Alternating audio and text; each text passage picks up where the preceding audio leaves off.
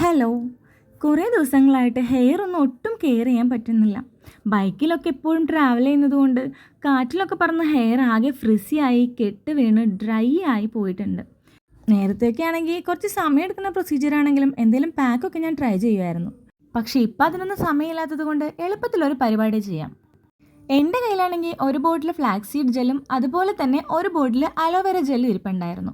അപ്പോൾ ഞാൻ വേഗം അത് രണ്ടും കൂടെ മിക്സ് ചെയ്തെടുത്തു. പിന്നെ അതിൻ്റെ കൂട്ടത്തിലേക്ക് നമ്മുടെ നല്ല ചക്കിലാട്ടിയ വെളിച്ചെണ്ണയും കൂടെ ചേർത്ത് നന്നായിട്ട് മിക്സ് ചെയ്തു മുട്ട പതപ്പിക്കും പോലെ പതപ്പിച്ചെടുത്തിട്ടുണ്ട്.